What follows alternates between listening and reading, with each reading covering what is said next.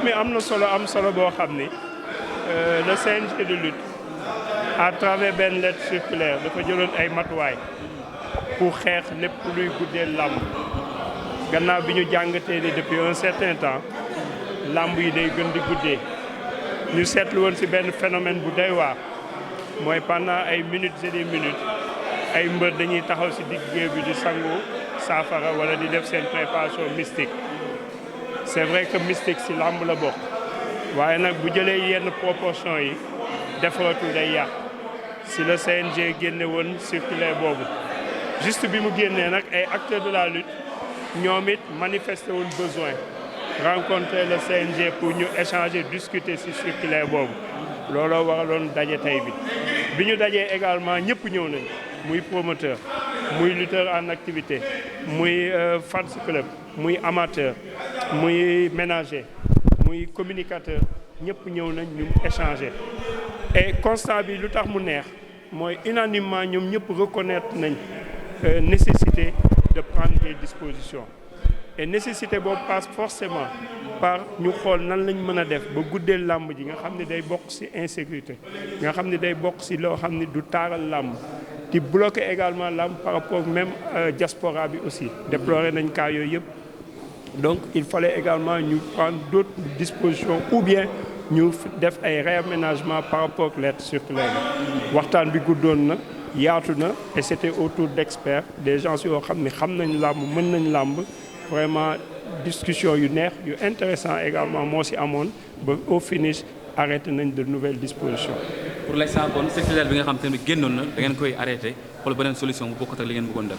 non duñ ko arrêté il y aura des réaménagements par rapport ak lettre circulaire bi l'esprit circulaire bi est là mooy au moins nan lañ mën a def ba participer ci di teel a tas làmb yi ci biir loolu benn jëloon nañ benn disposition ni ce sera question de 10 minutes léegi yokk nañ ko ba 15 minutes. 15 minutes. donc 15 minutes lañ maye pour la préparation mystique à partir de la 16e minute minute buñ ci yokk day am ay sanctions donc ba 15 minutes 0% de sanction à partir de la 16e minute nefoon jëloon nañ 25% de sanction wàññiwaat nañ ko ba 10% maintenant donc ba 16e minute vous avez 10% maintenant de sanction à partir de la 20e minute 16e minute ba 20e minute chaque minute sanctionnée par 10 000 francs et à partir de la 20e minute nag on arrête tout on fait évacuer tout le monde et on démarre le combat donc ça veut dire quoi ça veut dire que maintenant lamb lu mu gudd lu préparation mystique bi yàgg mënatul dépasser 20 minutes par A ou par B on fera sortir le corps étranger pour mën a démarrer lamb ji et loolu mooy pour les grands combats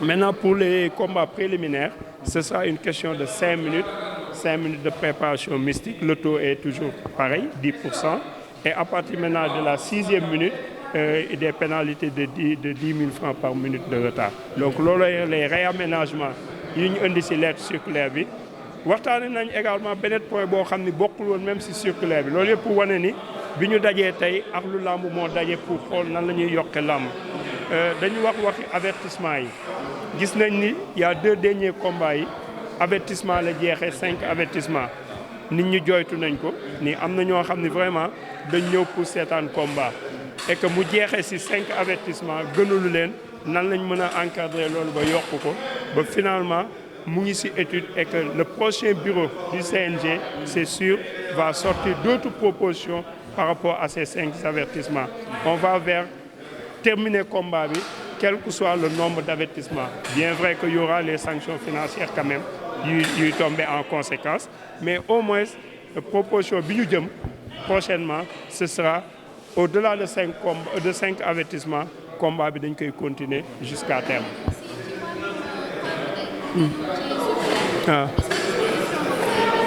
waaw bouteilles yi également génne nañ ko 3 bàyyi nañ ko ba 10 parce que am na cas bu fi jot a jaar week-end passé un lutteur est venu au stade avec 6 bouteilles mais il a respecté ses 10 minutes donc on s'est dit que le nombre de bouteilles c'est vrai am na solo mais du li gën a am solo li gën a am solo mooy le temps de préparation c'est pourquoi ñu yéegalaat un peu la barre jusqu'à 10 bouteilles avec 10 bouteilles, plus les lards et les autres là, tout ça, war nañ mën a def la préparation mystique en 15 minutes. Ñun ñëpp unanimement reconnaître nañ ni les 15 minutes, ça suffit largement pour def suñu préparation mystique.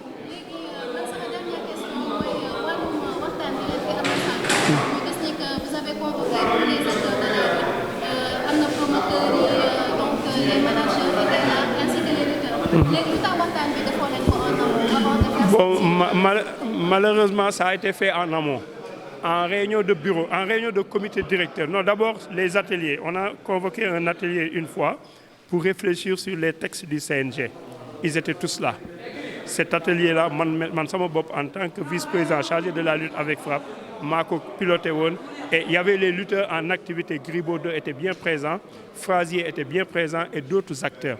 Si lañ génne woon des ébauches par rapport nan la ñuy def ba améliorer ce cadre. En réunion de comité directeur également, nous en avons parlé. Développer ko ba génne également des pistes de réflexion par rapport à lettre circulaire bi. En réunion de bureau également, si lañ jëlee la décision finale d'appliquer, de faire sortir lettre circulaire boobu.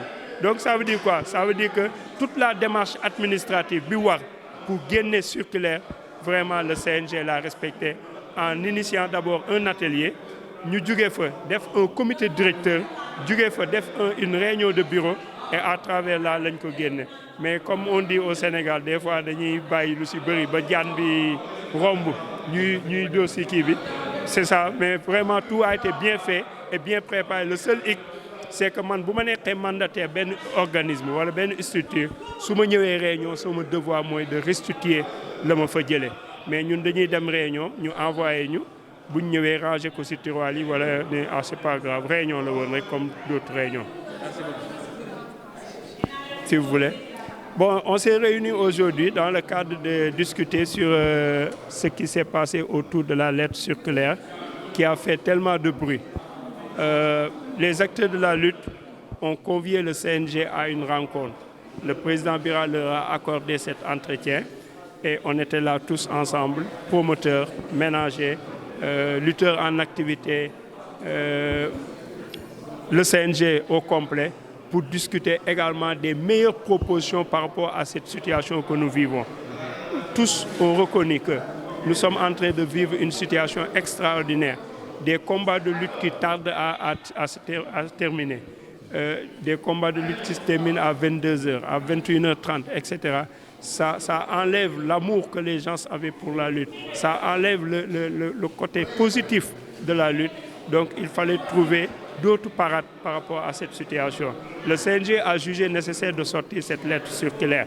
D'autres acteurs ont pensé d'autres propositions. Nous sommes tous de la même pirogue.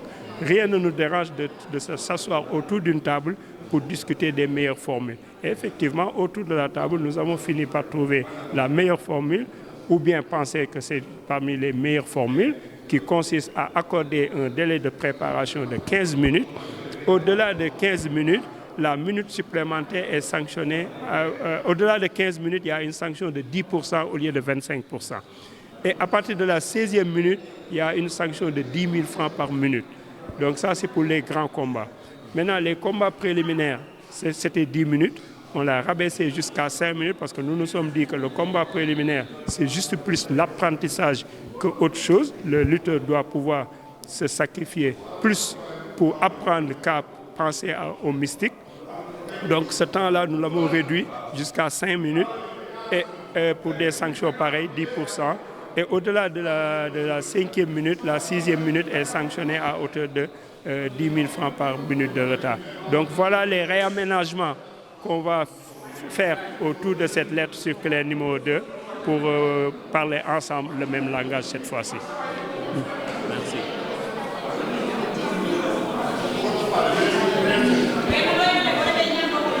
Pardon?